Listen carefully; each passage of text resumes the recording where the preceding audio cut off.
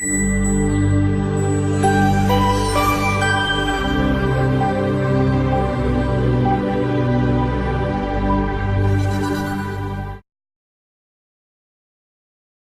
Mum. See, he wants to say hello, Mum.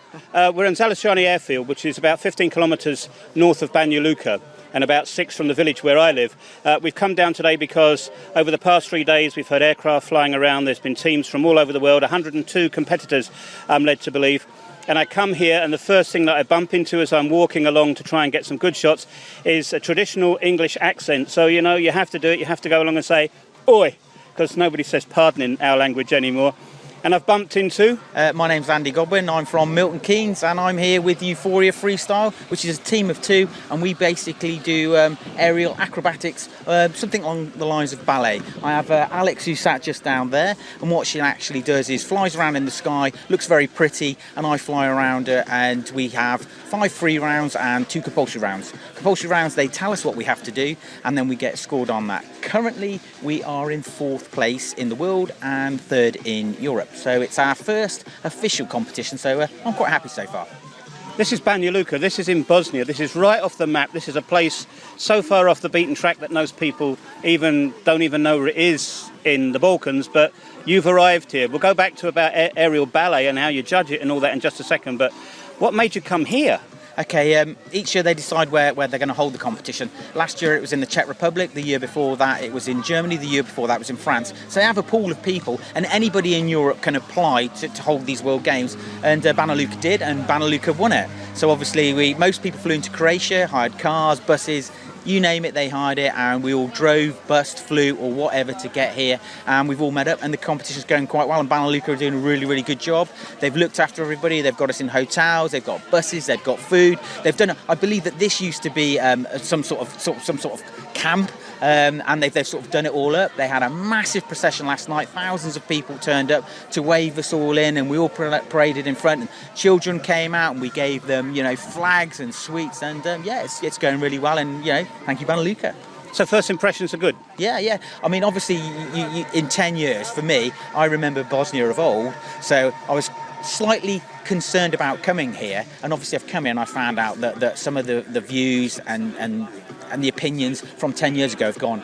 It's just like anywhere else in Europe at the moment. Everyone's extremely friendly, extremely helpful. The internet is fantastic. UK phones struggle a little bit, but apart from that, it's just like being anywhere else in Europe now. I would come back here on holiday. The people have been great, and there's lots to do. I know very little, if hardly anything at all, about skydiving. And we were rushing around saying, "God, let's go and let's take some content of people landing." But it's not about the landing; it's about what you're doing in the air. How do the judges work out how good, how talented you are? I mean, that's quite a few thousand feet up, right? Yeah, okay. What you've basically got at the moment is you've got different categories of flyers. So you've got what we call belly flying and free flying and artistic flying. Belly flying is where you get between 4 and 8 people, and they fly face down to earth, and they do points. And points are, they build a circle, they build something else, and each time they build the points that they're told to build within 45 seconds, they get scored for it. And that's how they tell with belly flyers who's won. So they work it out, and the person that scores the most points wins.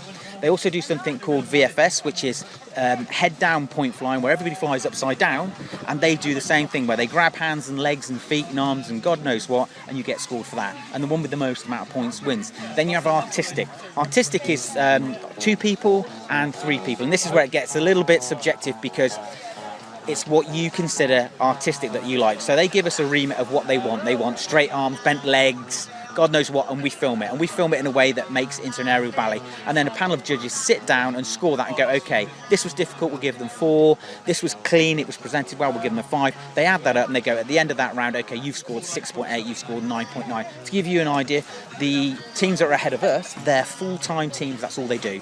You know, that's their job, 7 days a week, they get paid to skydive. So for us as a UK team, you know, we are sponsored a little bit by the British Parachute Association. We're also sponsored by the the Army Parachute Association, we're also sponsored by Air Kicks, so they help us out a little bit, but we're a part-time team, so you can never catch up that sort of skill, and it shows in scoring. Those guys are getting 8s, what they do is fantastic, and we're getting sort of 6s, 7s. So, you know, I think it's pretty fair, and I think they're doing a really good job. But at the end of the day, it's not over till it's over, because everybody can miss an exit or be a little bit late. And if they miss that, it can give you the edge. So at the moment, we're chasing the Russians. They beat us last year by a couple of points, and they're ahead of us again this year. But they're our benchmark. So if we can beat the Russians, I'd be quite happy. You're talking about sponsors, and you're talking about the Army Parachute Association. Is there a link with the British military, with the Red Devils over this? Not really. I mean, I've sort of been using Netheravon, which is a parachute centre in the UK, and I've been jumping there for over 20 years. I know it's hard to imagine looking at my youthful looks. A bit like me then. Oh yeah, absolutely. But it sort of works out quite well for us, because obviously we spend a lot of time there. I was in the Territorial Army. I know lots of people that have been to Bosnia, and I work quite well with them, and they're happy to sponsor us to come to events like this, because obviously for us it means we get more information, we get better at what we do. When we go back to the UK, we take that back to the centre, and then we can basically coach up and train all of the jumpers that are there on freestyle, on what it's like to go to world meet, and give them advice. Everybody likes to meet people that have done something a little bit interesting. They also sponsor people that go all over the world for, you know, base jumping, Birdman base jumping, canopy formations, all sorts of things, and those people come back to the centre, and then we pass that information on to each other. Very, very interesting. You said that the Russians are the main competition. I believe it's the end of tomorrow night, right? Friday night? Yeah. That's when everything will be settled in stone, so to speak. Should be. Your prognosis? Okay, I would say, to be absolutely honest, you're going to get, in my category, which is freestyle, you're going to get first, second and third will be France. Fourth and fifth, yeah, because they're full-time teams, that's their job. Their full-time teams are the best flyers in the world. Fourth and fifth will be between the UK, Russia and the Ukraine. I would hopefully say that it will be the UK. But what you've got, 2 meets, you've got a world meet and a European meet, which means that we'll be 4th in the world, and I reckon 3rd in Europe. Don't hold me to that, though. When you leave Banja Luka, we'll talk about this, hopefully catch up tomorrow when it's finished, to get your thoughts. But at the moment, you know, you must plan ahead. It must be very busy. It must be a very expensive sport to be part of. You know, when Banja Luka's finished, where next? Okay, next year, funnily enough, we have the British Nationals in September, where as long as you get placed in the British Nationals, you get the opportunity to represent your country. You can't just rock up at a world event. You have to prove yourself in the UK, and then obviously what happens then is you get presented to go to a world meet. Next year, the world meet, there'll be 2 meets. There'll be one back again in Banja Luka, they've bid for it, and the actual World Championships will be in Venezuela. Personally, for me, I would like to go to Venezuela, because I've been to Banja Luka, and I can't afford to do the 2. As you said, it's so expensive. It'd be great to see it, but it's thousands and thousands of pounds. I would say skydiving is probably a bigger spend than my mortgage and my wife combined. That is some hobby. It is. But you get to meet amazing people, go all around the world and turn up at lots of venues that you would never ever go to, and you get to meet with the locals. I mean, Banja Luka have been very, very crafty the way that they've skilled this.